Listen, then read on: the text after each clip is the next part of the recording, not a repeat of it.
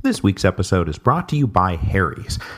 As you probably know, sometimes finding the right gift for a guy can feel impossible. You want it to be special, but also useful and practical. Well, friends, look no further because Harry's is here to help. This holiday, Harry's is offering custom and limited edition shaving sets that make the perfect gifts. These sets come with German-engineered 5-blade cartridges that provide a close and comfortable shave, foaming gel that smells amazing, and you can even personalize it to make it feel even more special. You can choose a color that's right for him, now with limited edition holiday colors, winter chrome and emerald green, and you can even have a personalized engraving. Now, beyond these holiday sets, there are also other custom gift sets that might fit his specific needs. There's even a box for guys who already use Harry's. These gift sets start at just $10, and sets come ready to gift in beautifully designed gift boxes, which is true. They sent me one. It's all very classy, and the winter custom colors are great. Now, since I have 2 fully functional Harry's razors now and am on the road all the time, the nice classy one is going to stay at home, while my old dependable orange-handled buddy is going to stay in the travel kit. And for those of you who have been giving me snark on the tours because I've got a beard, I'll have you all know that I cannot stand the feeling of stubble on my neck, and I do shave my head every 2 weeks, so I really can't go without my Harry's razor. So this holiday, give Harry's and give handsome. You'll get $5 off your order when you go to harrys.com/revolutions. Now, this offer is only available for the holidays, so please get your holiday shopping done early and take advantage of free shipping. And what with online gift ordering now going absolutely bananas, the sooner you get your order in, the better. So to get a limited edition holiday shave set while supplies last, go to harrys.com/revolutions. That again, harrys.com/revolutions.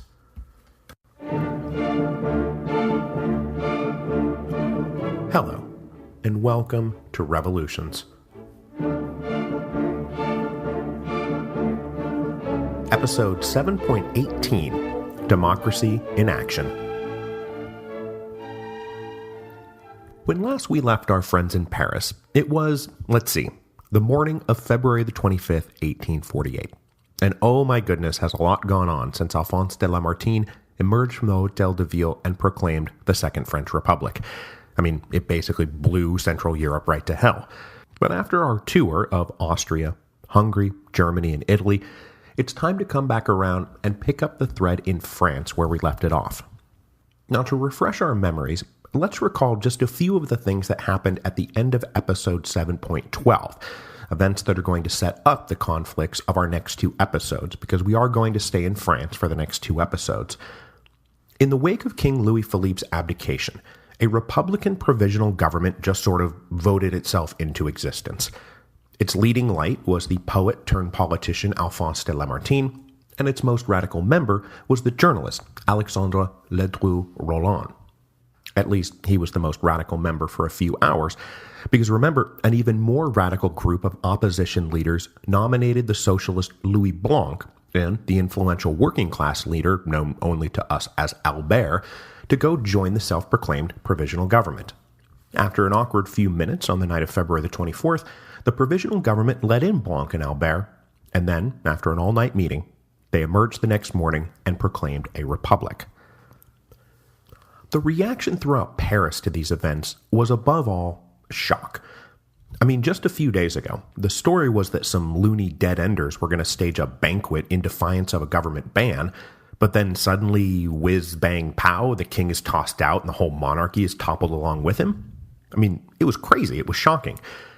But now that the monarchy was toppled, 2 emotions prevailed in the city, depending on your social status. Those 2 emotions were fear and jubilation. Anyone with property to lose was justifiably terrified that the world was about to be turned upside down, that it was going to be 1793 all over again. The heirs of the sans-culottes are going to rise up, murder us all in our beds, and confiscate our property.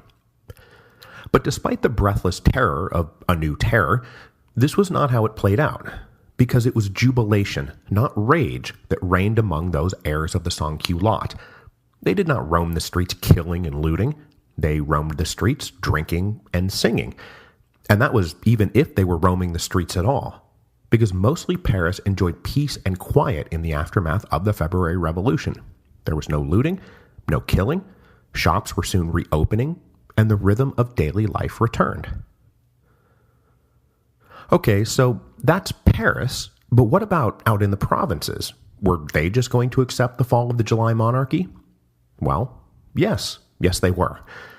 Advances in telegraph technology over the past 18 years meant that the rest of France learned about the Revolution of 1848 considerably faster than they had learned about the Revolution of 1830. By about noon on February the 25th, the prefects of most of the departments had been notified, and word spread quickly from there. In most of the departmental capitals and big cities, groups of local opposition leaders with Republican leanings then formed spontaneous committees to take over local administration from the Orleanist prefects. And those prefects basically had one of two options. They could either resign or they could collaborate with these new committees. None of the prefects had the personal authority or power or resources to resist the February Revolution. So within a few days, administration of the departments was in the hands of small groups of middle-class lawyers and professionals and journalists and the odd small-time banker. Most of these guys were drawn from that bitter social strata, those who were educated enough to care about politics, but not rich enough to participate at the national level, and they were eager to get in on the action. But this atmosphere of acquiescence could be stopped by the two great institutions with decidedly anti-revolutionary pedigrees, the army and the church. In the army, it became very clear very fast that nearly all the senior army officers prized order and stability over loyalty to the Orleans. So they focused on maintaining discipline in the ranks. And this posture was helped along by the Orleans family themselves, who signaled that they were not going to fight the verdict of the February Revolution. Down in Algeria, two of Louis Philippe's sons were serving as senior army officers when they heard that their father had abdicated. They resigned their commissions, urged their fellow officers to prioritize peace and harmony, and then sailed off to join their father in exile. The officer corps then took their advice to heart and accepted the fall of the July monarchy with swift equanimity. A few committed partisans resigned or were forced out in the coming weeks, but frankly, there weren't very many of those. Meanwhile, the greatest potential organizer of counter-revolutionary activity, the Catholic Church, made no move to defend the legitimacy of the Orleans. Most of the clergy didn't think the Orleans were particularly legitimate to begin with, so their fall was not lamented.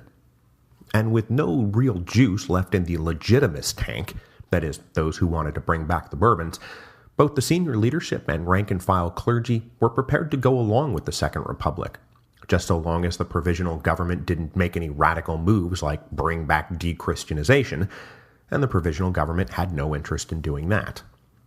So as it turned out, the critics of the July monarchy had been right all along. Support for the regime rested on the head of a pin. It did not extend much beyond the Guizot-led majorities in the Chamber of Deputies, and those majorities amounted to a couple hundred seats voted on by a couple 100,000 extremely rich voters. And outside this tiny electorate, who was voting in rotten boroughs for paid-off deputies, there was not a very deep wellspring of loyalty to the Orleanists. Louis Philippe had reigned for less than 20 years, and had himself come to power thanks to a Parisian insurrection. Live by the barricade, die by the barricade. And the July monarchy was now dead. But all that said, the surprising ease with which France accepted the abrupt return of a republic could be turned back at any moment. If you recall from our episode on the specter of the French Revolution, the specter of the French Revolution was hanging over everything. And in the popular consciousness, the republic meant dictatorship, war, and the terror. So the provisional government had to thread a very tight historical needle. They wanted to recapture the glorious promise of the First Republic while avoiding the memory of the bloody quagmire the First Republic had fallen into, the levée en masse, the dictatorship of the Committee of Public Safety, and the Reign of Terror. So to head off those fears, the provisional government made it very clear that they were merely a caretaker government. We are not, repeat not, a dictatorial Committee of Public Safety. We are going to get going with some kind of national election as soon as possible, And in the meantime, we're not going to rule with an iron fist. This revolution was about freedom of speech and the press and the freedom of assembly. And by God, that is what we are here to guarantee. And just as soon as a new National Assembly is elected, we will gladly step aside. Then, on February the 26th, they took the momentous step of officially announcing the abolition of the monarchy, but at the same time announced that they were also abolishing the death penalty. So the Republic is back, but Madame la Guillotine will remain safely locked away. Okay, so far so good. No dictatorship, no guillotine. But the provisional government also had to deal with the fact that for the rest of Europe, the specter of the French Revolution was less about dictatorship and guillotines and more about aggressive French armies on the march. So to calm the fears of their European neighbors, the provisional government also needed to renounce such aggressive war. So on March the 5th, Lamartine published the Manifesto to Europe.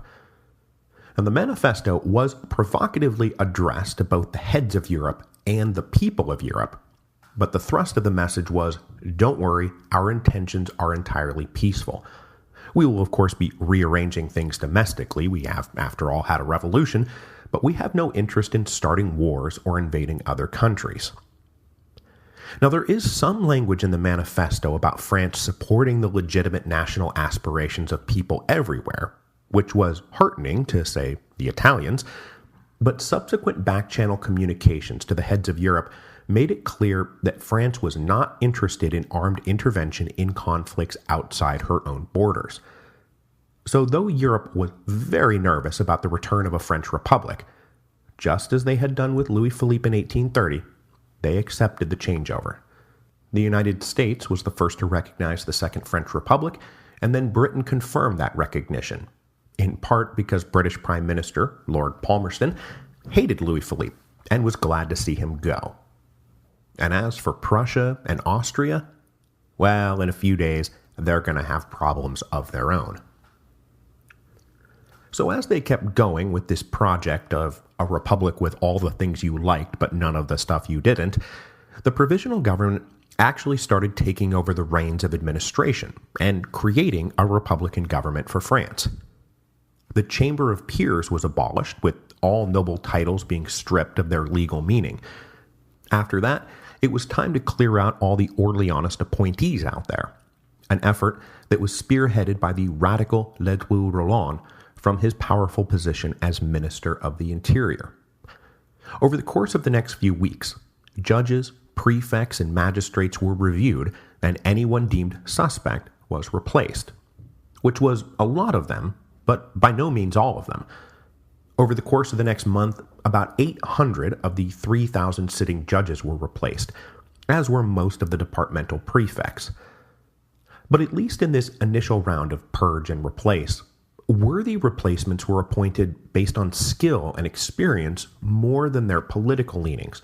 So rather than taking this early opportunity to pack the administrative apparatus with ideological allies, Ledru Rollin wound up packing that apparatus with men whose loyalty to republicanism was pretty suspect.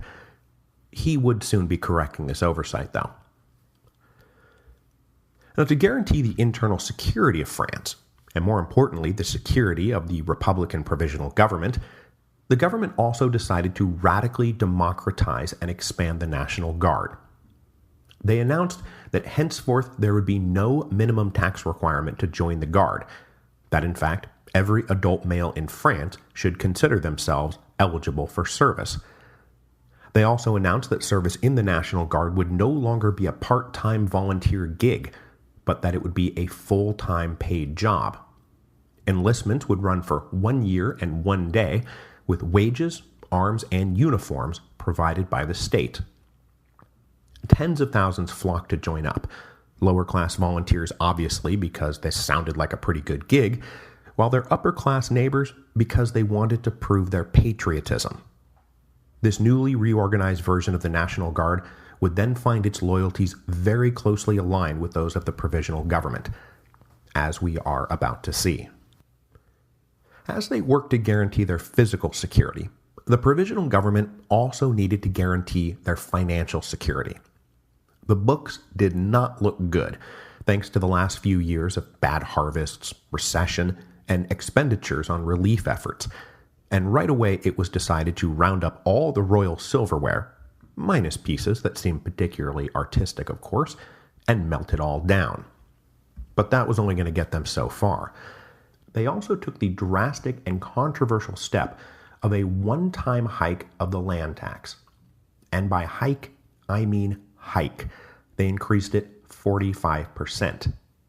The government could see no other way to close the massive deficits they had inherited, but believe me, this did not make them very popular. Now, the richest landowners could absorb this hike, but it fell very hard on small-time landowners. Small-time landowners who were about to be invited to vote for the very first time.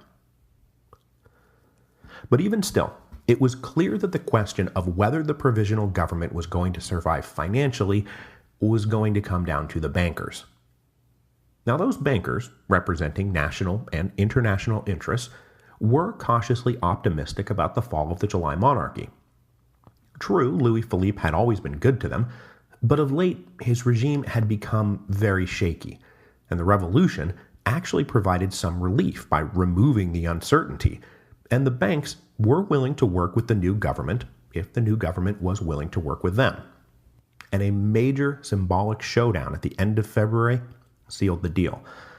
Still just days removed from the revolution, a demonstration of workers paraded down to the Hôtel de Ville to demand that the tricolor flag be replaced. Replaced with what? Replaced with a plain red flag. This red flag had flown above the more radical barricades and was, at that very moment, becoming the flag of revolutionary socialism. Arguing that a new order needed a new flag, they pressed the provisional government to drop the tricolor, now a symbol of the disgraced July monarchy, and instead raise the red flag of radical socialism. But men with ties to the banking community warned Lamartine that adopting the red flag would destroy the government's credit. So instead, Lamartine went out and sold the crowd on the tricolor, saying that it had gone round the world in triumph and should remain the glorious symbol of the French nation. This nationalist appeal overcame their socialist demands, and the tricolor remained. So too did the provisional government's line of credit. But though they accepted the tricolor, it was clear that the workers and artisans were not going to just go away, and their further demands were going to have to be reckoned with. It was not hard to imagine these workers, particularly the unemployed workers, remounting the barricades if the government just tried to blow them off. And out in the provinces, reports were already coming in that the political revolution had led to the beginning of a social revolution. Workers were attacking railroad stations and factories and machines, really anything that smacked of industrial economics. They also targeted foreign workers, particularly from England, Ireland, and Belgium, who had been brought in to work in factories in northern France. More than 1,000 British workers were going to be chased off over the next few weeks. Now, the big problem for the provisional government was how to put a lid on all this. They were, with the exception of Louis Blanc and Albert, principally concerned with carrying out a political revolution. They did not want a social revolution. But if they ignored the social demands of the working classes, they might trigger a further social revolution, a revolution that none of them wanted. So they had to do something. So what to do? What to do? The something they decided to do was co-opt Louis Blanc's popular credo that men had a right to work. A well-known rallying cry since Blanc had first introduced it in his influential pamphlet, The Organization of Labor, the provisional government seized on the right to work as one of their principal platforms, a strong and straightforward guarantee to the working classes who had spent the last few years buffeted by a terrible economy and the last few days fighting on the barricades. So after decreeing the right to work on February the 25th, the next day, the government established national workshops. The idea was pretty simple. If you were unemployed, you could go to a workshop and get subsistence wages doing work made up by the state. even if it was just digging ditches and then filling them back up again. Now, that's an exaggeration, but does get to the heart of it. But here's the thing. The provisional government didn't really believe in the right to work, or in the idea of these national workshops. And you can tell, because instead of putting Louis Blanc in charge of the project, they put it in the hands of the Minister of Public Works, a guy named Pierre Marie. And he hated Blanc, he hated socialism, and he was put in charge of the national workshops for that very reason. His job was to permanently discredit the whole project. Now, despite Marie's hostility to the national workshops he was now running, he had with him a small group of energetic advisors who were positively brimming with ideas. In the weeks and months to come, they would suggest that workers be let loose on all manner of public works: railroads, canals, bridges, improved housing. But all these proposals kept being mysteriously denied.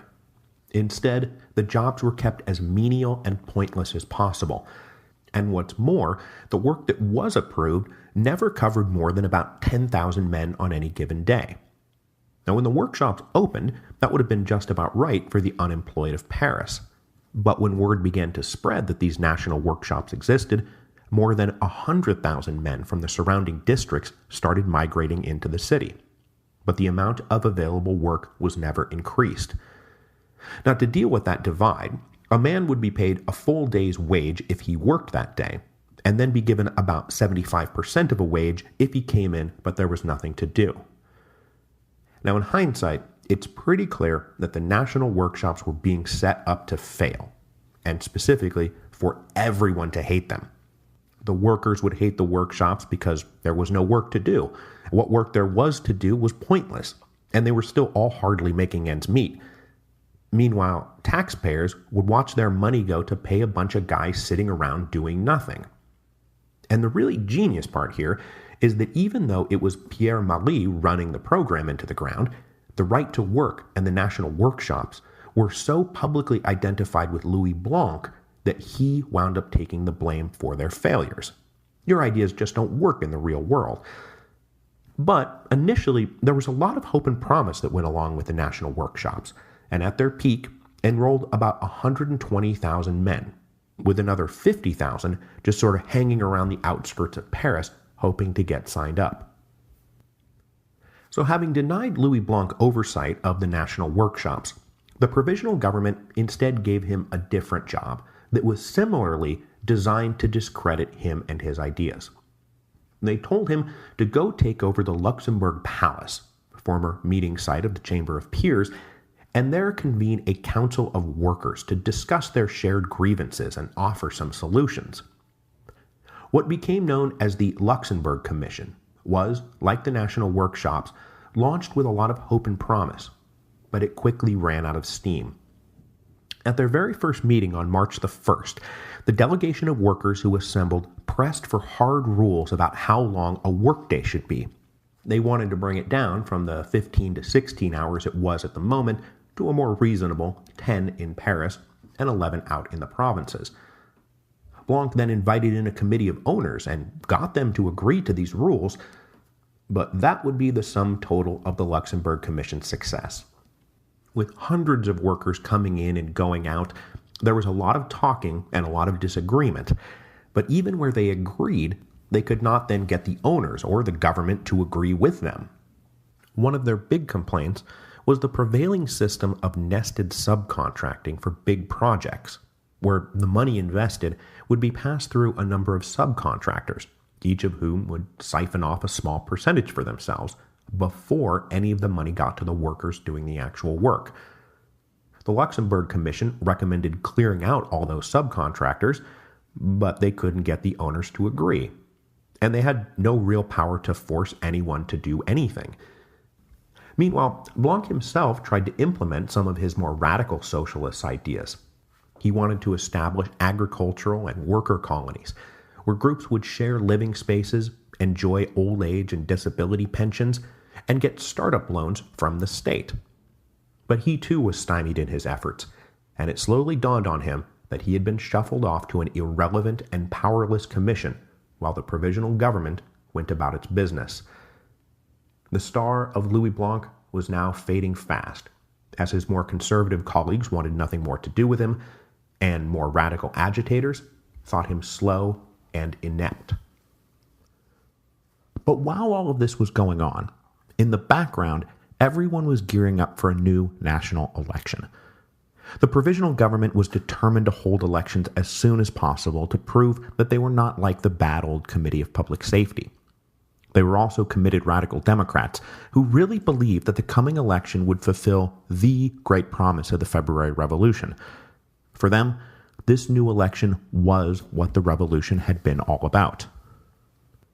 Now, the procedure for running this election was approved on March the 2nd, and it went like this. Elections for a new National Constituent Assembly would be held on April the 9th, and the Assembly would then convene on April the 20th. This National Assembly would have 900 members, with representatives elected from the 86 departments, with representatives assigned on the basis of one delegate per 40,000 residents. So a few of the lesser populated departments would have just 4 or 5 delegates, while the Department of the Seine had over 30. Okay, so pretty straightforward. The only subtle difference over previous elections was that rather than dividing France into 900 single-member districts, voters would instead vote on lists of candidates who would then represent the department as a whole. But the truly radical innovation was that the election would take place on the basis of universal manhood suffrage.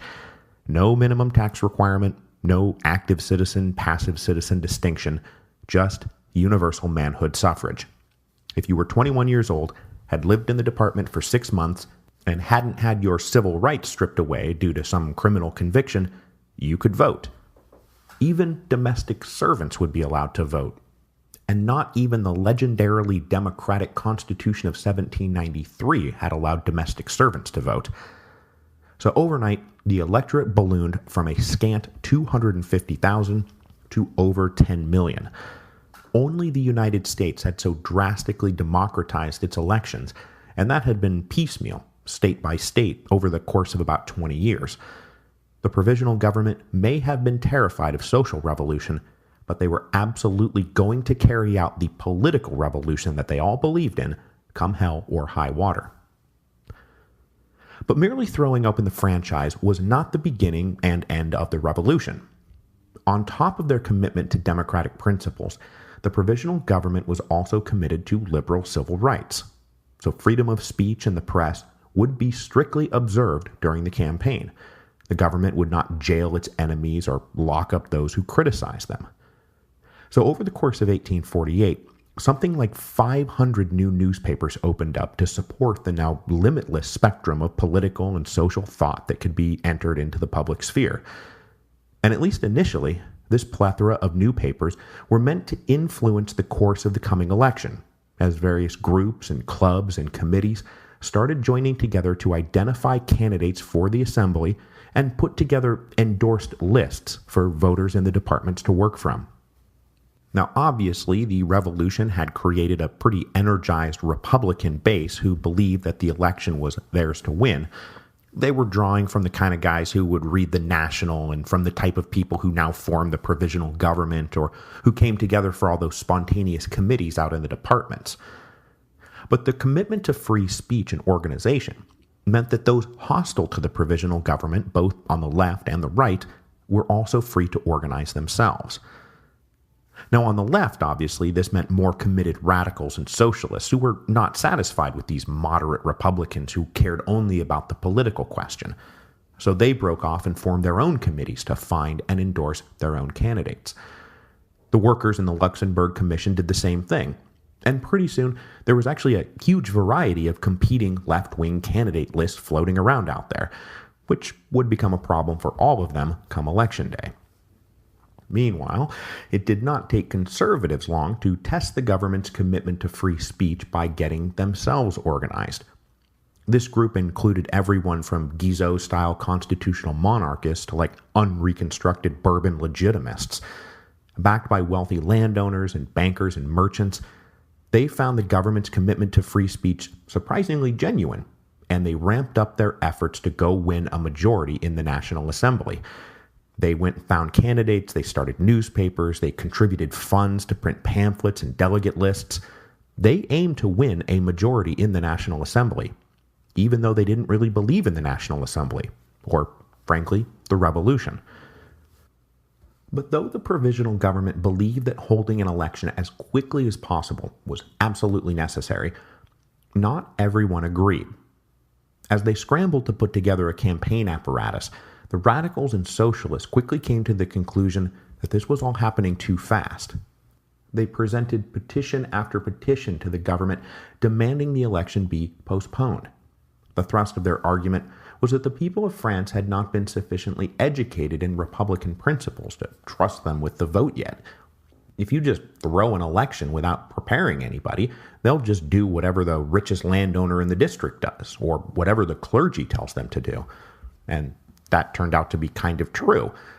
But the demands to postpone were also rooted in the left wing's belief that they themselves needed more time to properly organize, and that holding the elections on April the 9th would just mean that the same old faces would be returned to government. Along with their repeated calls to adequately provide for the unemployed workers of Paris, postponing the election was now one of the central demands of the working class leaders on the left. Not wanting to postpone the election, but at least cognizant that these petitioners might have a point, Minister of the Interior Ledru Rollin decided it was his job to educate the population of France on the benefits and responsibilities of Republican government. This is also when he started taking a closer look at the ideological disposition of the appointees he was sending out to the departments. Bypassing the old prefect apparatus, Ledru Rollin created a new breed of administrative agents called commissars.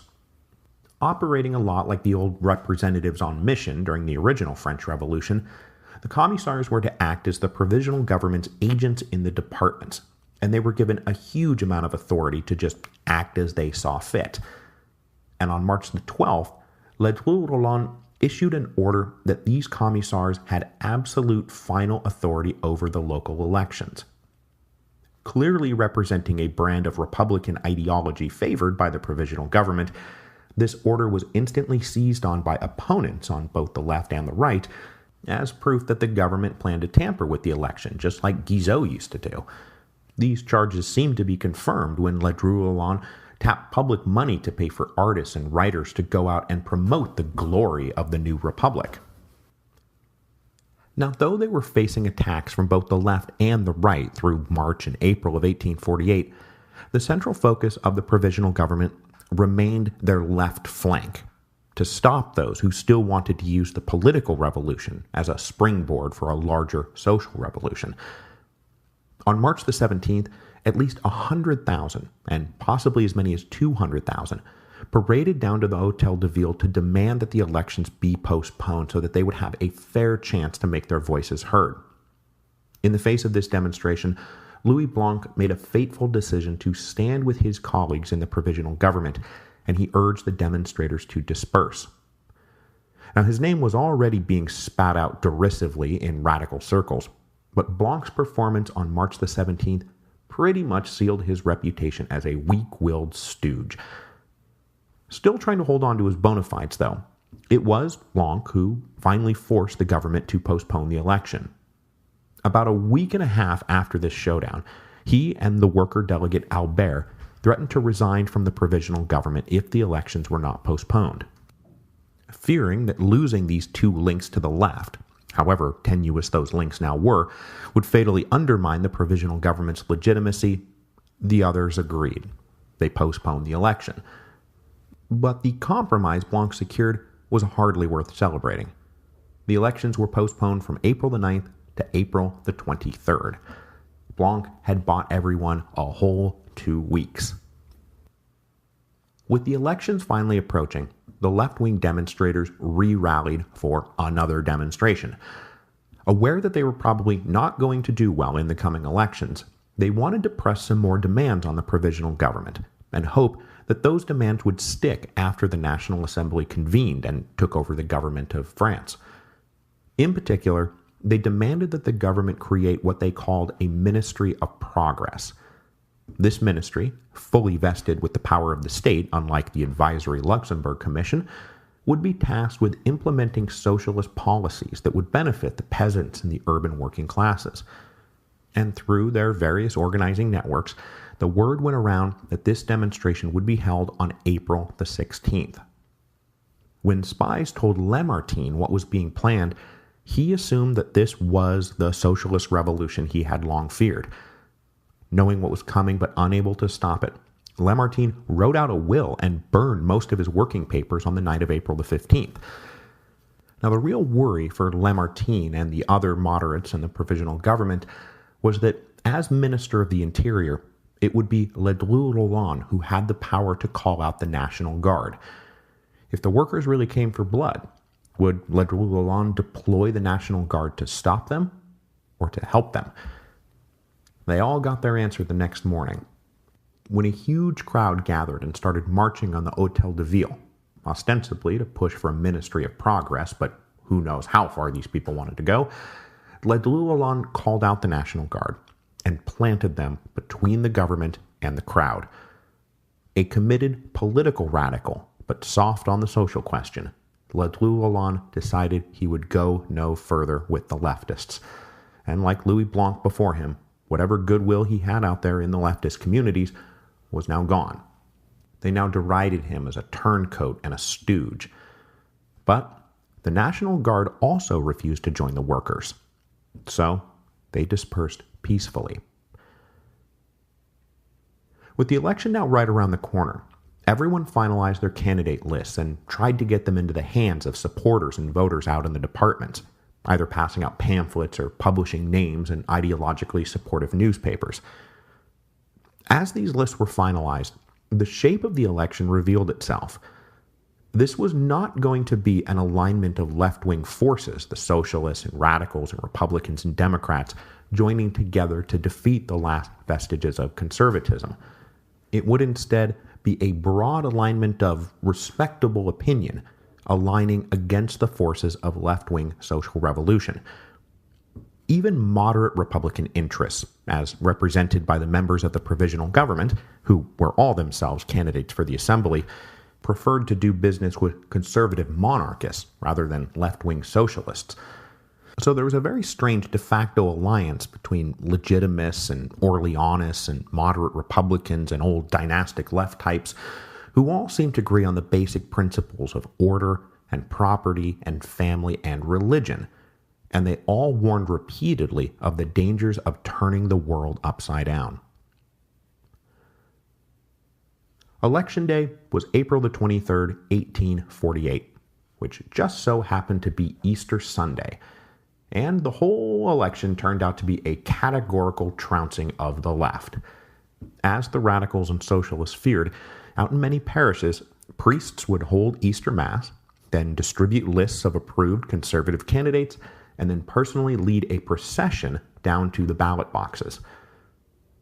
So ballots were then counted over the next few days, and in the very first democratic election in the history of France, nearly 50% of the voters showed up, which is pretty good compared to the 1% that we used to get back during the French Revolution. Now, given how hastily this all unfolded and how improvised the elections were, it's hard to give numbers like this party won this many seats and that party won that many seats. But of the 900 seats, about 65% were won by some version of moderate Republican. Another 25% of the seats were won by avowed conservatives, plenty of whom were openly monarchist. The left-wing radicals and socialists won just 10%. But though they had been trounced, the left did not take the results of this election as proof that they should tuck tail and slink away. They took it as final proof that the Revolution of 1848 was a deed only half done, that real change would not come until a second social revolution had been properly staged, and so they got to work planning a second social revolution. Next time, we will stay in France as the new government of the Second Republic faces an immediate existential threat and are forced to decide once and for all which side of the line they are on. Are they for order and property, or are they for liberty and the people? And in June of 1848, that is a question that would once again have to be answered on the barricades. But that story is going to have to wait 2 weeks, because I am, as you listen to this, in Los Angeles getting ready for the West Coast leg of the trip. And if this episode sounded a little different than usual, it's because I'm recording it in a hotel room in Los Angeles. On December the 4th, I will be at the Grove Barnes & Noble here in Los Angeles. Then December the 5th, I will be at Book Passage in San Francisco. December the 6th at Powell's in Portland. And then finally, December the 7th, the Elliott Bay Book Company in Seattle. I cannot wait to see everyone. These have been tons of fun, and I look forward to having more fun with all of you. And as I hinted before, these events are going so well that the publisher and I are looking at more dates, probably in February and March, dates that will take me, gasp, south of the Mason-Dixon line. I am also happy to announce that the publisher and I have been able to cook up a little Saturnalia promotion. As you know, The Storm Before the Storm pretty much makes the perfect gift for everyone in your family. And to help you make the right decision to have The Storm Before the Storm be the perfect gift that you give to your family, I want to give a gift to you if you give a gift to them. So give a gift, get a gift. Now, presumably you have read the book, so the gift you will be getting is a special little audio epilogue that will discuss the specifics of how the Sullan Constitution was dismantled in the decade or so after Sulla's death. Like, he stripped the tribunes of all their power, but we know by the age of Julius Caesar that the tribunes had all their powers back. So how did they get it back? Well, I'll tell you all about it, and minor spoiler alert, Crassus and Pompey are right in the middle of it. So if you buy 2 or more hardcover copies of The Storm Before the Storm from any retailer by December the 25th, which is a date we just picked at random, you can go to hachetteBookGroup.com/thestormbeforethestorm, upload your receipts, and receive this exclusive audio epilogue. If you've already bought more than 2 copies, congratulations, you qualify too. Just visit hachetteBookGroup.com/thestormbeforethestorm for more information and terms and conditions. Until then, I will be back in 2 weeks, and I hope to see you all out on the tour.